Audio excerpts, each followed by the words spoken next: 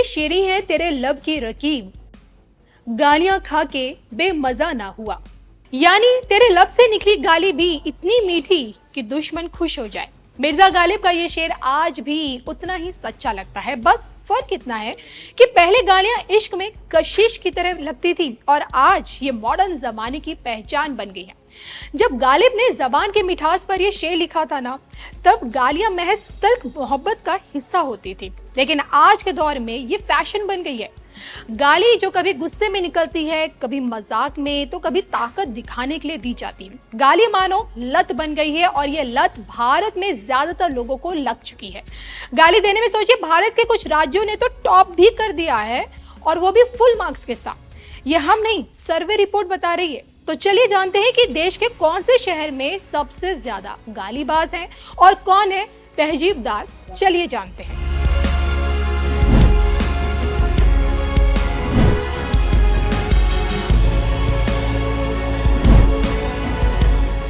वो शहर जो देश का दिल है, शान है, ब्यूरोक्रेट से लेकर नेताओं तक की मंजिल है। भारत ही नहीं, जिसे दुनिया उसकी विरासत, तहजीब और दिल से जानती है, वो शहर है दिल्ली। लेकिन देश की राजधानी दिल्ली अब गालियों की राजधानी बन गई है। ये खुलासा हुआ है एक सर्वे में। सर्वे की रिपोर्ट के मुताबिक दिल्ली के लोग सबसे ज्यादा गाली देते हैं। दिल्ली में रहने वाले माँ, बहन, बेटी के लिए भर भर कर अपशब्दों का इस्तेमाल करते हैं।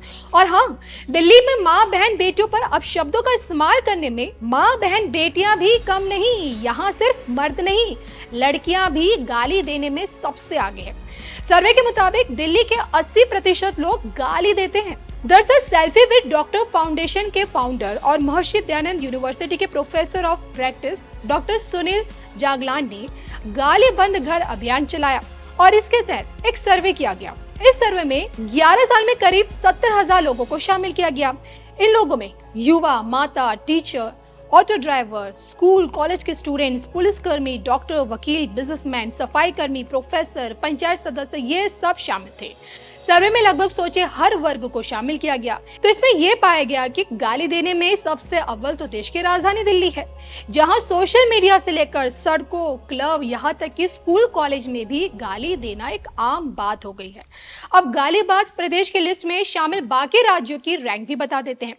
दिल्ली के बाद दूसरे नंबर पर गाली देने में जिस राज्य का नाम आता है वो है पंजाब। तो पंजाब में सोचे 78% लोग अपशब्दों यानी कि गाली का इस्तेमाल करते हैं। इस लिस्ट में तीसरे नंबर पर है उत्तर प्रदेश। यूपी में 74% लोग अपशब्दों का इस्तेमाल करते हैं। चौथे नंबर पर किसी और का नाम बल्कि सोचे बिहार का नाम है। यहाँ पर यूपी की तरह ही 74% लोग अपशब्दों का इस्तेमाल करते हैं।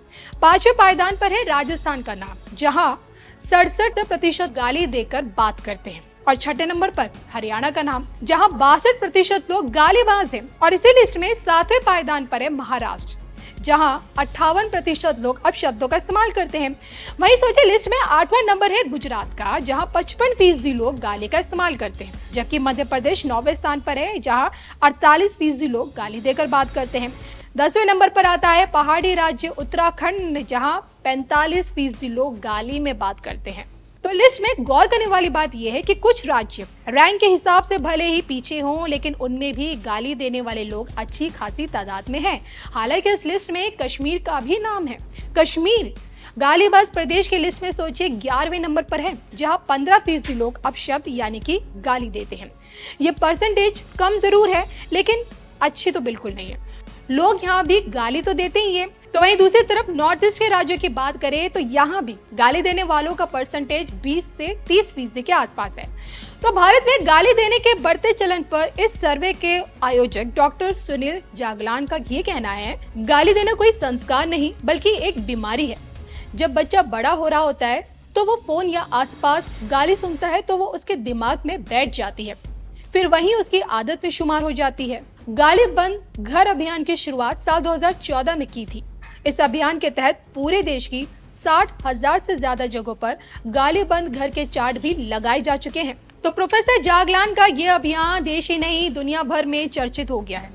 इस मुहिम के पीछे उनका मकसद बढ़ती भाषाई गंदगी को रोकना है। जो गाली मर्दांगनी में, कूलनेस दिखने में, शौक में दी जाती है, गाली लिपटी भाषा भला किसे सुकून दे सकती है। जी हाँ, कभी सड़क पर, कभी सोशल मीडिया पर, कभी इंस्टाग्राम की रीलों में गालियों की ऐसी बहार आई है कि जिसे देखो वहीं गालियां बरसा रहा है। कॉमेडियंस हो या फिर कंटेंट क्रिएटर, गाली के बिना उनका कंटेंट बिल्कुल अधूरा है। कभी हरिशंकर प्रसाई के व्यंग की धार से हंसी मजाक में नेताओं तक को आईना दिखा दिया जाता था, लेकिन आज उन्हीं व्यंग की जगह गालियों ने ले ली है। एक इंटरव्यू में तो मशहूर गीतकार जावेद अख्तर ने ये बात कही थी कि जिनके पास शब्द नहीं होते ना, अगर आप अच्छी भाषा बोलते हैं तो आपको इस गाली की जरूरत नहीं पड़ेगी। कुछ लोग कंटेंट में एनर्जी लाने के लिए गाली देते हैं। उन्होंने ये भी कहा कि जो लोग वल्गर लिखते हैं, बोलते हैं, उन्हें साइकेट्रिस्ट की जरूरत है। तो ऐसे में सवाल ये उठता है कि क्या वाकई गालियां इतनी शीरी हो गई हैं कि हम सुनकर भी बेमजा नहीं होते। गालिब ने तंज किया था और आज वो तंज हकीकत बन गया है। गाली तो जुबान से निकली वो चीज है जो रिश्तों की जड़ तक को हिला सकती है। तो सोचे समझे और अपने शहर को, खुद को गालीबाज की लिस्ट में आने से बचाएं। ये लिस्ट सर्वश्रेष्ठ ही नहीं बल्कि बीमारों की है।